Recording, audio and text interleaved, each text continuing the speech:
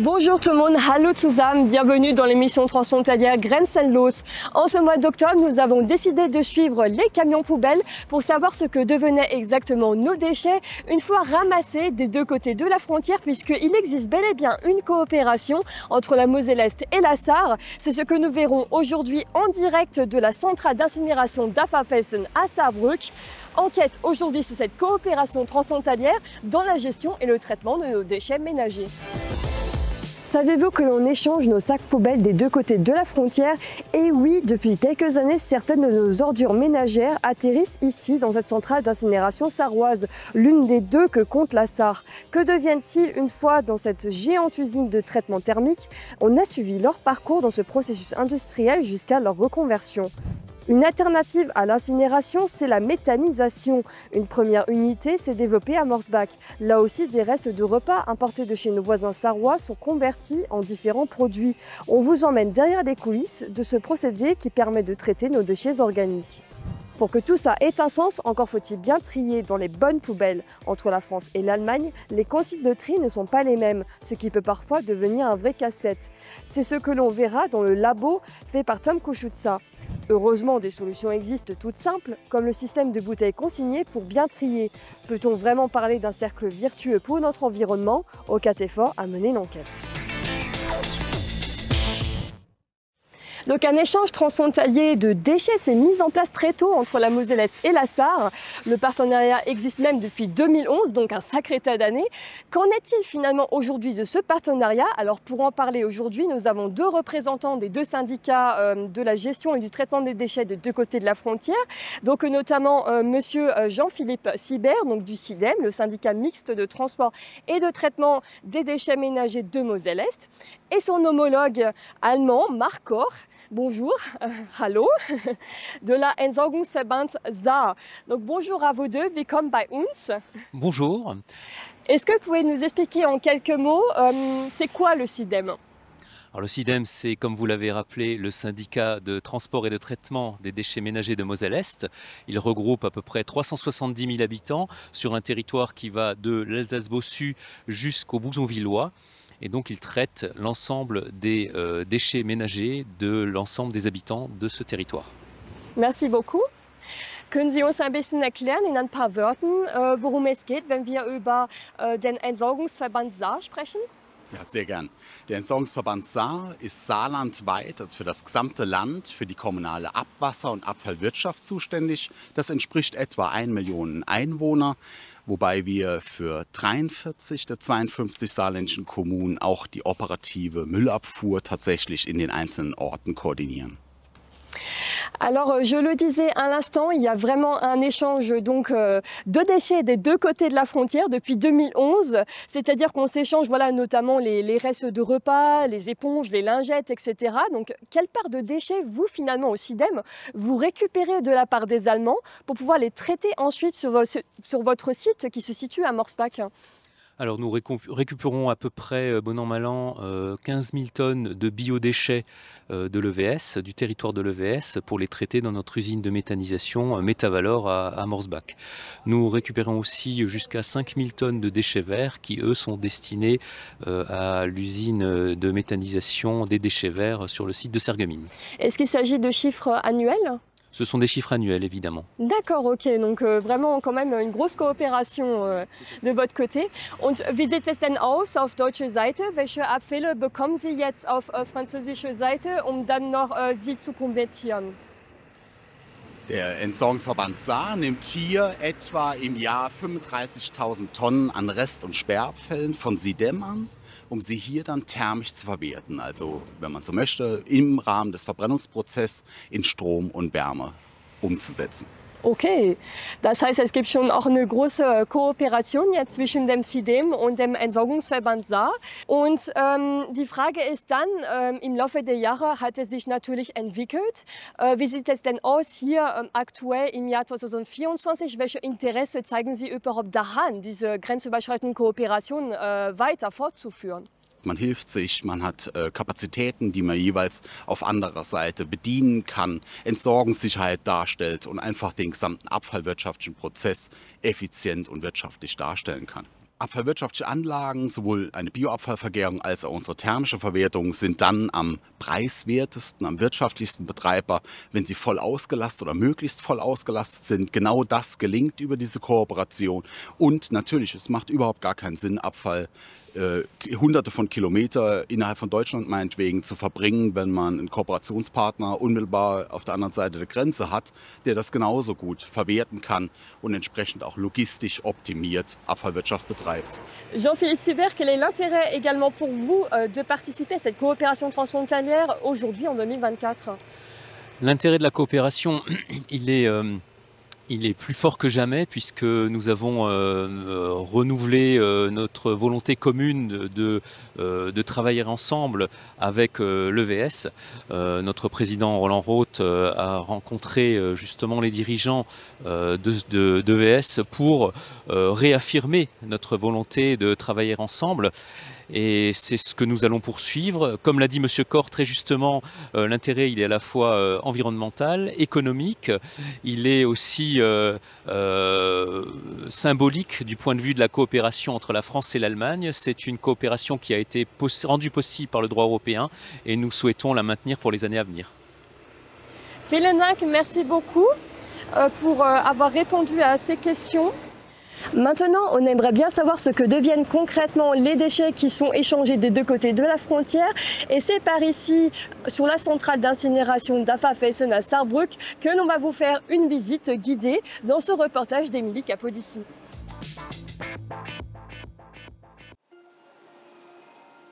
Eine Schlüsselrolle bei der Abfallentsorgung und Energiegewinnung im Saarland spielt die Abfallverwertungsanlage Velsen im Osten Saarbrückens. Sie ist Teil des Entsorgungsverbands Saar und hat aktuell 72 Angestellte. Die Anlage verwertet nicht nur den Abfall, der von beiden Seiten der Grenze stammt, sondern ist auch eine Quelle für Elektrizität und Wärme, denn 80% des saarländischen Abfalls sind hier Teil der Energiegewinnung. Der Abfall wird angeliefert in der Anlieferhalle. Die ist geschlossen, sodass kein Geruch von den LKWs nach draußen dringt. Wird dann in den Bunker abgeworfen, von dort mit dem Kran in den Prozess gehoben. Der Prozess ist thermisch, das heißt, der Abfall wird verbrannt. Der hat ungefähr einen Heizwert wie Braunkohle, deswegen entsteht dabei Energie. Und die Schadstoffe, alles was biologischer Schadstoff ist, wird schon in dem Feuer verbrannt und die Schwermetalle werden ausgetrieben. Die gewonnene Wärme produziert Dampf. Dieser Dampf wird genutzt, um Elektrizität und Fernwärme durch eine Turbine zu erzeugen. Danach folgt die letzte Etappe des Prozesses, die Behandlung der Abgase zur Verringerung der Umweltauswirkungen. Die Gase, die bei der Verbrennung entstehen, die enthalten die ganzen Schadstoffe, die wir in der Gesellschaft in unseren Müll entsorgen und werden dann in einer vierstufigen Rauchgasreinigung gesäubert und abgeschieden und halten danach ganz strenge europäische Grenzwerte ein, die bei uns sogar noch einmal verschärft sind. Obwohl die Abfälle von beiden Seiten der Grenze stammen, profitieren nur die saarländischen Haushalte von der gewonnenen Energie und das in Höhe von 105.000 Megawattstunden jedes Jahr.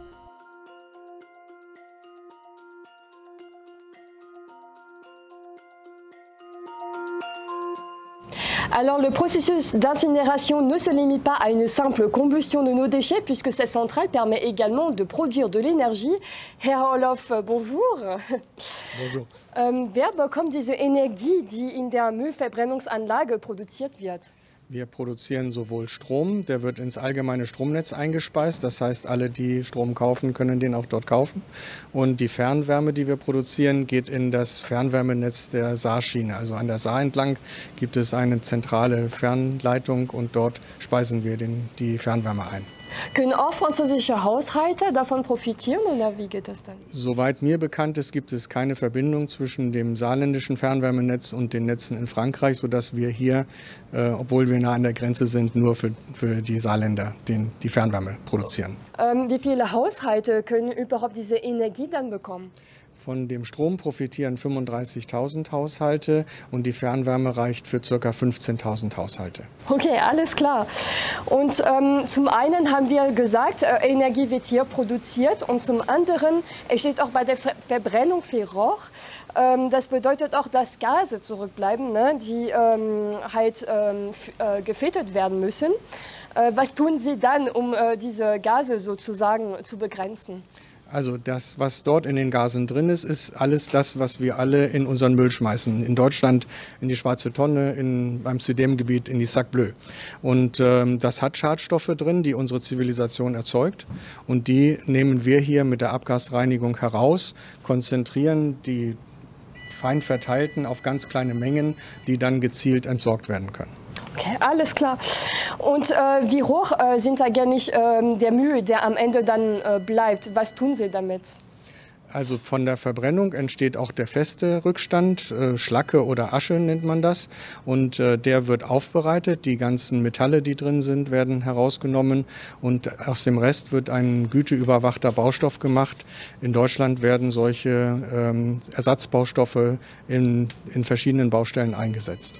Et justement, à seulement quelques kilomètres d'ici se trouve une unité de méthanisation à Morsbach. Elle traite justement les biodéchets et les déchets verts qui sont apportés depuis la Sarre. Et c'est justement ce site que l'on va aller voir ensemble. Il est géré actuellement par le SIDEM. Alors comment ça fonctionne concrètement? C'est ce que l'on va voir dans ce reportage d'Émilie Capodici. In Morsbach wiederverwertet das Zentrum Metavalor seit 2011 Bioabfälle dank eines Methanisierungsprozesses. Alles beginnt mit der Annahme von Bioabfällen in 4 verschiedenen Arten. In grünen Säcken gesammelt in Frankreich, aus saarländischen Biotonnen, lose Bioabfälle und Bioabfälle aus Gastronomie und Handel sowie Grünabfälle von Wertstoffhöfen.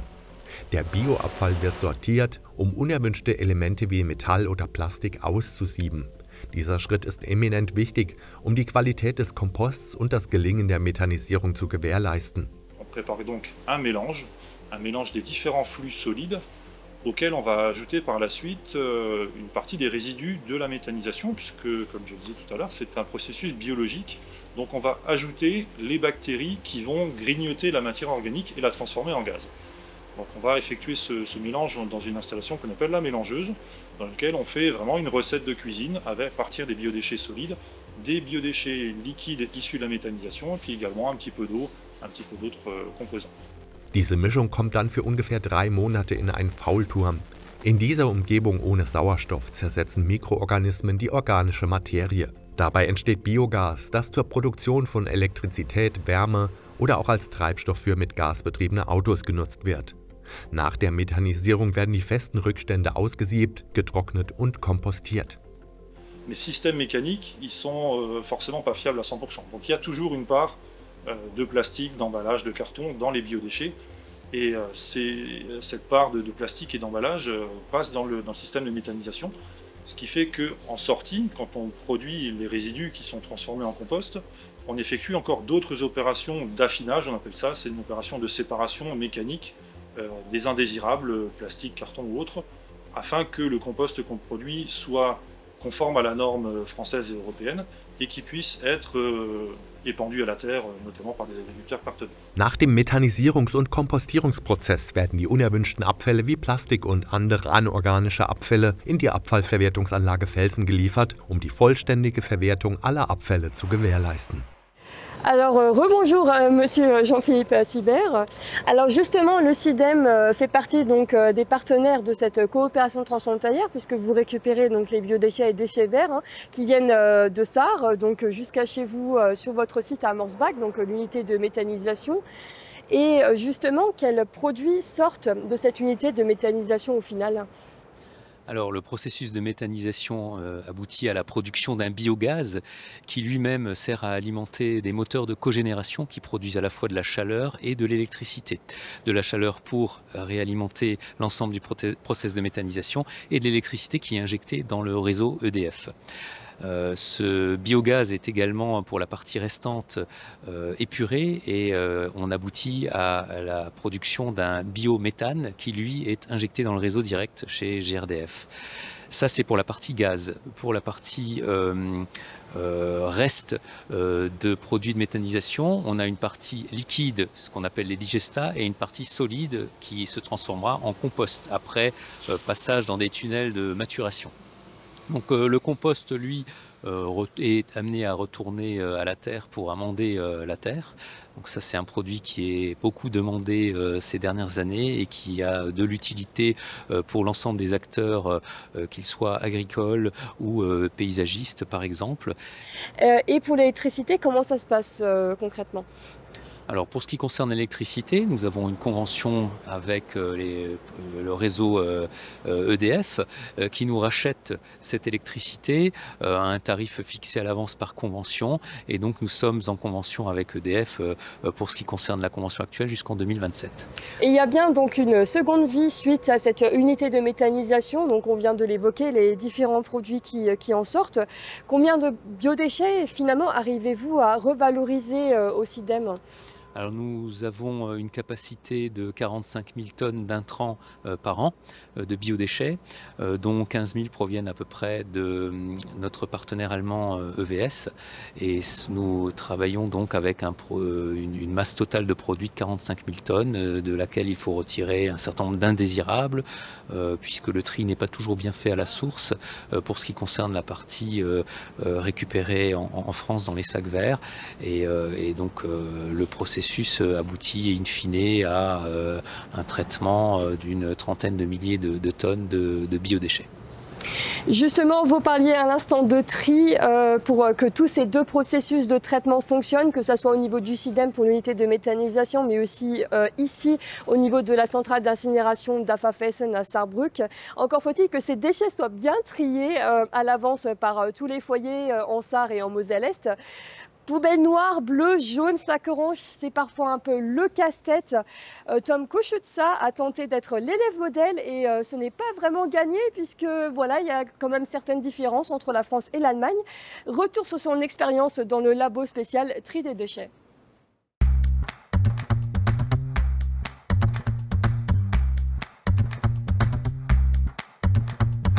On apprend toujours de nouvelles choses dans d'autres pays, même à des endroits improbables. Par exemple, jeter des déchets en France n'est pas si évident que ça.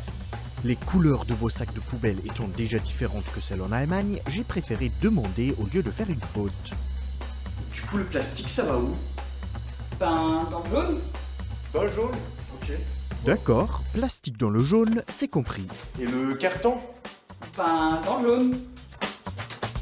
Jaune aussi? T'es sûr? Ouais. Ok. Attends, quoi? Le plastique et le carton ne sont pas séparés en France?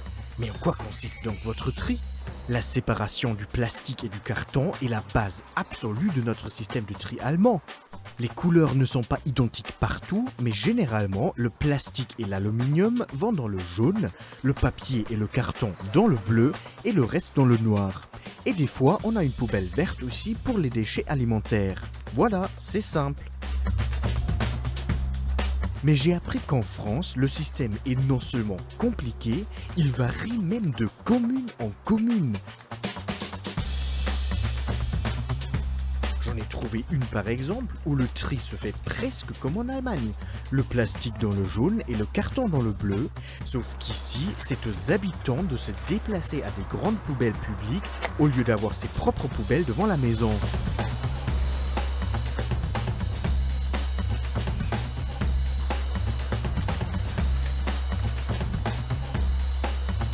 Bon bref, une différence qui reste quand même, c'est le consigne, qui existe en Allemagne mais pas en France. Donc n'oubliez pas, ne jamais jeter des bouteilles allemandes, vous perdez 25 centimes. Pour que tout le monde s'y retrouve justement sur le tri des déchets des deux côtés de la frontière, la Entsorgungsverband Saar a publié juste devant moi un guide pour les consignes de tri. Ça permet justement de s'y retrouver un peu plus. Et du côté du SIDEM, on propose également au niveau du Centre transfrontalier d'éducation à l'environnement des ateliers réguliers à destination de tout public. Donc vous pouvez aussi visiter directement le SIDEM à Morsbach pour en savoir plus sur la gestion du tri. Et s'il y a bien une action qui est déjà répandue en Allemagne par rapport au tri des déchets, c'est les bouteilles consignées. Le système des consignes est déjà bien répandu du côté de chez nos voisins. Et ce sont les supermarchés allemands qui récupèrent en général ces bouteilles consignées directement. Alors que deviennent-elles une fois qu'elles ont été remises auprès de ces supermarchés? C'est ce que l'on va voir justement sur ce reportage effectué par OKTV. Um unnötigen Müll zu vermeiden und Rohstoffe zu sparen, gibt es bei Dosen, Glas- und Plastikflaschen in Deutschland ein Pfandsystem. An Pfandautomaten im Supermarkt können Kunden alle Behälter, die mit einem Pfandsymbol versehen sind, abgeben. Entweder 15 oder 25 Cent pro Flasche bekommt man dafür gutgeschrieben. Die Pfandautomaten werden von Mitarbeitern der jeweiligen Supermärkte betreut. Um die Anlage zu reinigen und aufzubereiten, brauchen die Mitarbeiter ca. 2 Stunden pro Tag. Mit dem Einwerfen der Flaschen in den Pfandautomaten beginnt ein langer Recyclingprozess. Die werden sortiert als Glasflaschen oder als Plastikflaschen. Das sind mehrere, also 2 Arbeitsgänge, werden gepresst oder auf einen Tisch gestellt. Das sind die Glasflaschen. Und dann werden sie sortiert in die einzelnen Kisten und kommen wieder zurück an die jeweiligen Firmen. Und die gepressten kommen in einen Container zu der Firma Remontes. Die Firma Remontes ist Teil des Recyclingvorgangs. Sie sind für die Vorbereitung des stofflichen Wiederverwertens von Papier, Pappe, Folie und Plastik verantwortlich. Hier in den großen Säcken landen auch unsere abgegebenen Pfandflaschen. Also wir bereiten die PET-Flaschen, um sagen wir mal, wieder ein neues Leben einhauchen zu können, müssen die ja in die finale Anlage verbracht werden. Diese Anlagen machen dann die finale Verwertung und machen ein Granulat, um wieder neue PET-Flaschen herzustellen zu können. Und unsere Aufgabe ist es, das sinnvoll zu verdichten und zu verladen, so dass man mit bestmöglichen Ausladungsgewichten auf diese finale Anlage fahren kann, die sich ja im Bundesgebiet eventuell auch weiter weg befinden. Jährlich verarbeitet Remontes rund 600 Tonnen an PET-Flaschen. Dazu wird das Material in eine große Ballpresse verladen, zu einem Paket verdichtet und zusammengeschnürt. Heraus kommt dann ein 350 Kilo schwerer Plastikwürfel. Zwischen 16 und 18 Tonnen Pfandflaschen pro LKW können dann in kompakter Form zur nächsten Station im Recyclingkreislauf transportiert werden. Diese Pakete, die wir pressen, die werden aufgeschreddert und über Sortieranlagen da sind ja auch Dosen drin aus Aluminium und aus Eisen. Die werden dann mit Magnetabscheider oder Wirbelstromabscheidern werden diese Materialien separiert. Diese Flaschen, die werden noch gewaschen, die Banderole wird dadurch entfernt und das Material kann dann hinterher sehr sorterein halt wieder geschreddert werden, sodass das Granulat entsteht. Das ist auch ein ganz wichtiger Prozess, dass man diese absolute Sortenreinheit erreicht. Das sind schon komplexe Anlagen. Damit das Recyceln einer Plastikflasche jedoch richtig klappt, sind alle Glieder der Kette wichtig. Je sauberer die Flaschen schon vom Kunden abgegeben werden, desto einfacher kann das Plastik weiterverarbeitet werden. Alors justement, Monsieur Sibert, selon vous, y aurait-il un intérêt de remettre en place un tel système de bouteilles consignées en France? Alors, pour ce qui concerne les organismes qui récupèrent la partie plastique, suite au tri, il n'y aurait pas trop d'intérêt puisqu'il y aurait surtout une perte financière dans la mesure où aujourd'hui le tri conduit à des recettes financières pour les collectivités et la mise en place d'une consigne supprimerait ces retours financiers, ce qui poserait de gros problèmes d'équilibre budgétaire aux collectivités en question. Alors justement, parlons de réflexion, de projets d'avenir ensemble. Ab Ende 2026 soll es eine neue Vergärungsanlage entstehen, hier in der Nähe von dieser Müllverbrennungsanlage. Dadurch sollen sich die Kapazitäten im Saarland erhöhen, um den Biomüll und den Grünabfall zu verarbeiten. Was wird dann aus dieser grenzüberschreitenden Kooperation im Laufe dieser Zeit? Ja, zuallererst wird sie fortbestehen. Wir werden da überhaupt nichts dran ändern. Wir sind dann ab 2026 mit der eigenen Anlage in der Lage, eben alles, die saarländischen Bioabfälle selbst zu behandeln, in Kooperation mit SIDEM, also in beiden Anlagen zusammen. Und das gibt uns einfach eine ganz, ganz große Entsorgungssicherheit und auch Variabilität, was dann die Massen angeht. Und eventuell auch einen Ausfallverbund. Also wenn eine Anlage ein technisches Problem hat, dann kann die andere aushelfen. Und so sehen wir das eher als eine Vertiefung der Kooperation, weil wir einfach in diesem technischen Konstrukt noch mehr Säulen haben, auf die zurückgegriffen werden kann. Et justement, Monsieur Sibert, aussi la même question. Comment voyez-vous l'avenir de cette coopération transfrontalière avec la Entsorgungsverband Saar? On le voit sous un œil tout à fait positif. Nous faisons tout ce qu'il faut pour poursuivre cette coopération, comme l'a dit mon collègue. Nous poursuivrons dans ce sens-là parce que nous avons besoin l'un de l'autre et c'est tout à fait pertinent de pouvoir apporter les déchets l'un chez l'autre alors que nous sommes qu'à quelques kilomètres à vol d'oiseau l'un de l'autre. Donc c'est en fait de manière très optimiste que nous voyons la poursuite de cette coopération. En tout cas, nous le souhaitons, SIDEM et EVS. C'est-à-dire qu'on envisage un renouvellement encore à l'avenir régulier de ce contrat? Nous sommes liés par une convention, ce qu'on appelle une convention de coopération publique-public. Et donc c'est quelque chose qui est permis depuis le départ par des dispositions européennes et nous poursuivrons donc régulièrement, nous renouvelons cette convention, nous nous retrouvons pour signer une nouvelle convention avec les objectifs que nous fixons, les tonnages de biodéchets qui sont apportés au SIDEM et les tonnages de déchets résiduels qui sont apportés chez EVS pour l'incinération. D'accord. Et est-ce qu'il y a justement des nouveaux projets de développement au sein même de cette coopération transfrontalière, des réflexions autour de ça justement? On va déjà poursuivre ce que nous faisons, puisque aujourd'hui la spécialité du SIDEM c'est la méthanisation des biodéchets. EVS est placé sur le champ de l'incinération. Donc nous avons de notre côté des projets d'amélioration de notre structure de méthanisation parce qu'il faut continuer à investir pour la maintenir en l'état et l'améliorer. Et EVS nous a montré à travers la visite de ce site qu'ils ont également beaucoup de projets pour l'avenir. Donc nous poursuivrons chacun dans notre spécialité en utilisant les meilleures techniques disponibles pour chacune des techniques de méthanisation et d'incinération. D'accord. Eh bien, merci beaucoup, Monsieur Sibert. Vielen Dank, Herr Koch, für die Teilnahme an unserer grenzüberschreitenden Sendung von Oktober. Merci beaucoup, Monsieur Sibert, pour cette participation à l'émission transfrontalière du mois d'octobre. Alors bien sûr, il reste encore des efforts à faire en matière de tri et de gestion de traitement des déchets. Alors l'Allemagne se trouve actuellement en 3e position des pays membres de l'Union européenne qui recyclent ces déchets. La France actuellement qu'en 13e position. Alors ce genre de coopération transfrontalière permet justement de répondre à cette problématique en justement trouvant de nouvelles idées pour revaloriser ces déchets ménagers qui nous encombrent au quotidien. Je vous donne rendez-vous pour le prochain épisode de Grenzenlos à partir du mois de novembre sur une nouvelle thématique. Et d'ici là, je vous dis à bientôt. Tschüss und bis zum nächsten Mal.